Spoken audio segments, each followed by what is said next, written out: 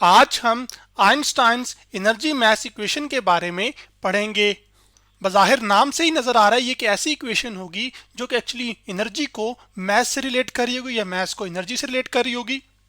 Einstein's energy मास equation के मुताबिक mass and energy are interchangeable, यानी कि mass can be converted into energy, यानी कि जो हर एक मास है वो एक्चुअली एक एनर्जी को रिप्रेजेंट कर रहा है। इसी तरह जो एनर्जी है वो भी एक्चुअली मास में कन्वर्टेबल है।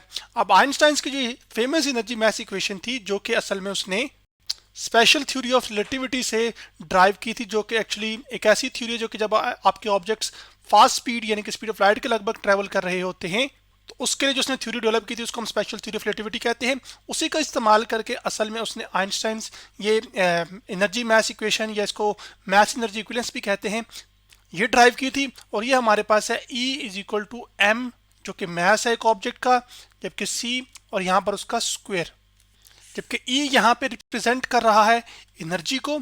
और ये कोई एनर्जी वो काइनेटिक या पोटेंशियल एनर्जी नहीं है, ये वो एनर्जी है जो असल में इस मास से हासिल होगी। तो यानी कि इस मास के करस्पॉन्डिंग जो एनर्जी है ये वो है M, जबकि यहाँ पर मास है, और C वो रफ्तार है जो कि रोशनी की है, और इस रफ्तार को हम अभी कह रहे हैं स्पीड ऑफ लाइट।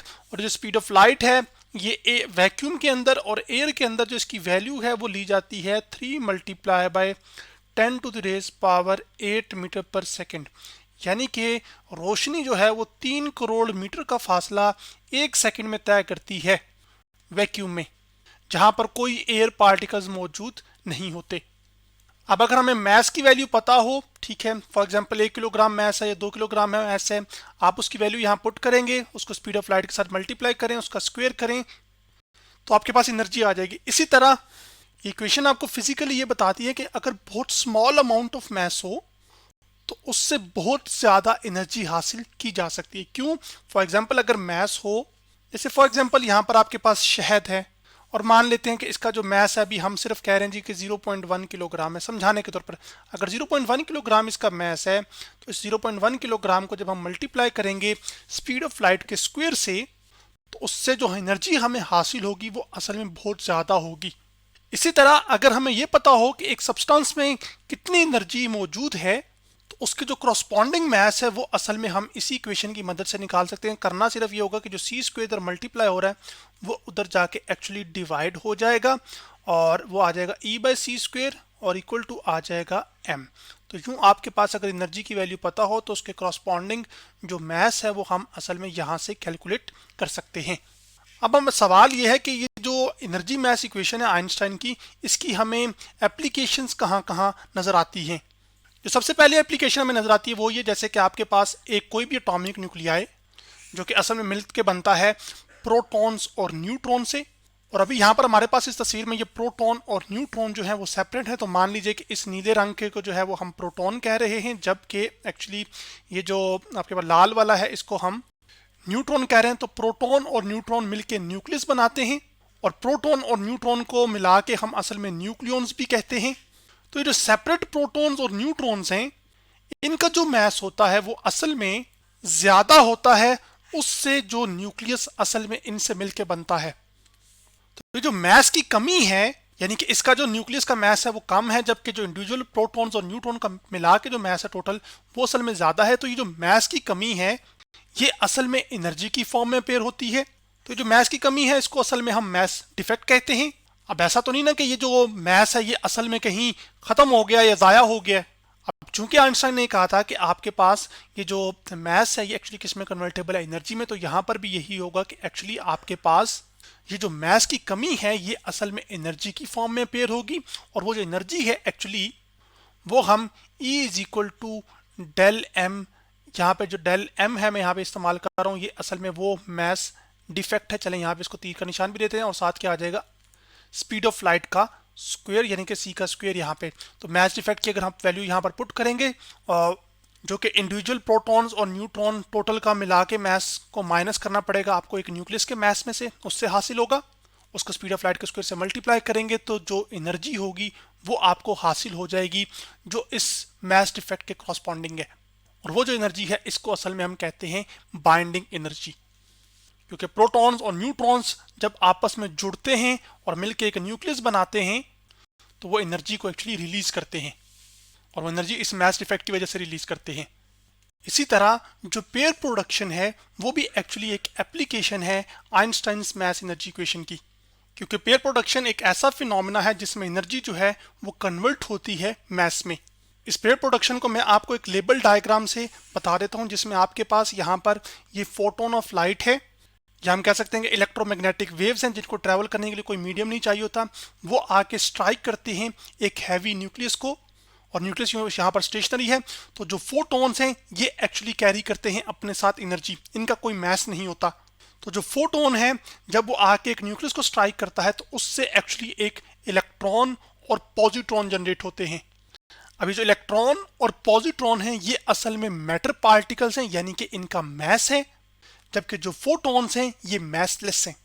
तो यूं एक मैसलेस पार्टिकल जिसके पास एनर्जी है जो कि hf है, h जिसमें प्लैंक कांस्टेंट और f फ्रीक्वेंसी ऑफ लाइट है, उससे दो मैटर पार्टिकल्स बन गए जो कि इलेक्ट्रॉन और पॉजिट्रॉन है। इलेक्ट्रॉन और पॉजिट्रॉन में फर्क है कि पॉजिट्रॉन का चार्ज ऑपोजिट होता है इलेक्ट्रॉन के, लेकिन मैस इसका सेम होता है इलेक्ट्रॉन जितना। तो ये वो फिनोमेना है जिसमें एक्चुअली जो मैस है, सॉरी एनर्जी जो है वो कन्वर्ट हो रही होती है मैस में, या होती है।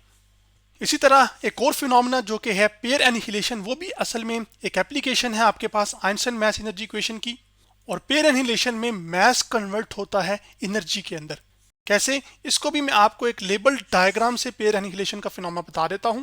वो ये है कि इसमें हमारे पास होता यह है कि एक इलेक्ट्रॉन और एक पॉजिट्रॉन जो कि मैस पार्टिकल्स हैं, ये ऑपोजिट डायरेक्शन में ट्रैवल करके आ रहे होते हैं, एक दूसरे से कोलाइड करते हैं, और इस कोलिजन से एक्चुअली दो फोटॉन्स जनरेट होते हैं जो कि एक दूसरे से बिल्कुल ऑपोजिट डायरेक्शन में ट्रैवल कर रहे हैं, जैसे कि यहाँ पर आप देख सकते हैं। और ये जो फोटॉन्स हैं ये असल में हमारे पास इलेक्ट्रोमैग्नेटिक रेडिएशंस हैं जिनको ट्रैवल करने के लिए कोई मीडियम नहीं चाहिए होता। और फोटॉन्स का भी मैंने बताया था कोई मैस नहीं होता। यूं दो पार्टिकल्स जो कि ऑपोजिट डायरेक्शन में ट्रैवल करके आ रहे थे, उनके कोलिजन से एनर्जी क्रिएट हुई है। तो यूं पेयर एनिहिलेशन एक एग्जांपल बन जाती है मैस एनर्जी इक्वेशन की, जो कि कहती है कि मैस एनर्जी में कन्वर्टेबल है और एनर्जी भी मैस में कन्वर्टेबल है।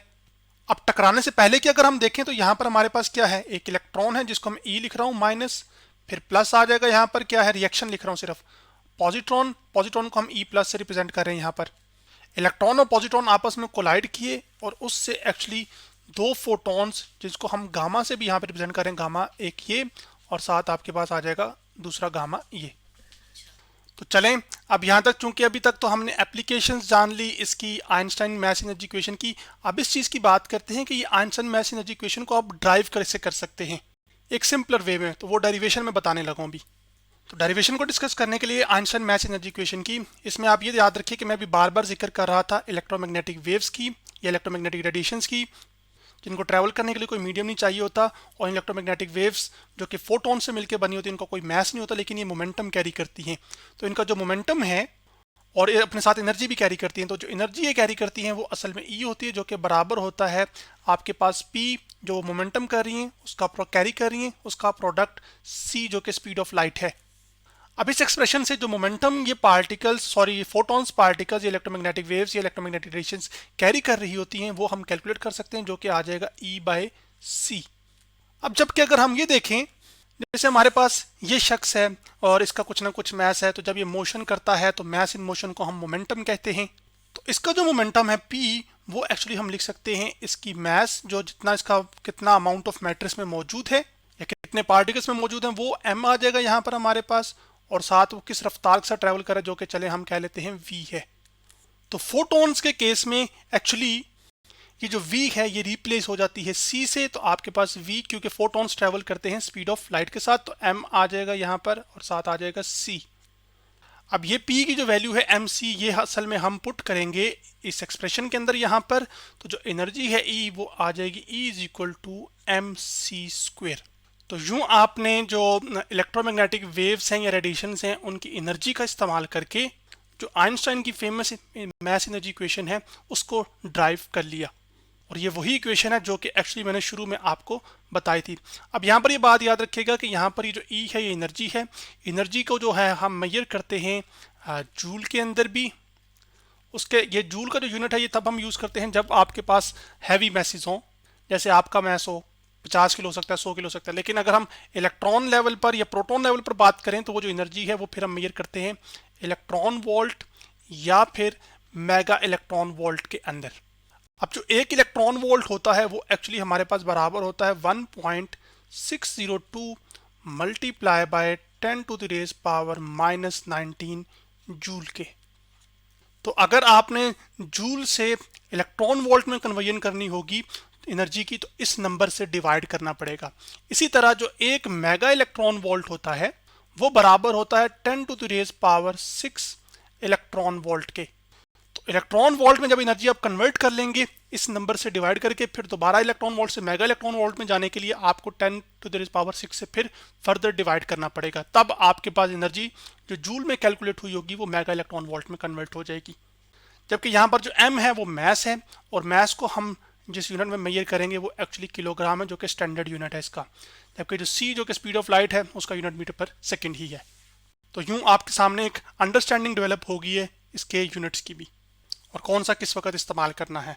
तो आज हमने आइंस्टाइन एनर्जी मास इक्वेशन की बारे में पढ़ा, फिर उसको ड्राइव भी किया और उसके साथ साथ उसके एप्लीकेशंस को भी डिस्कस किया।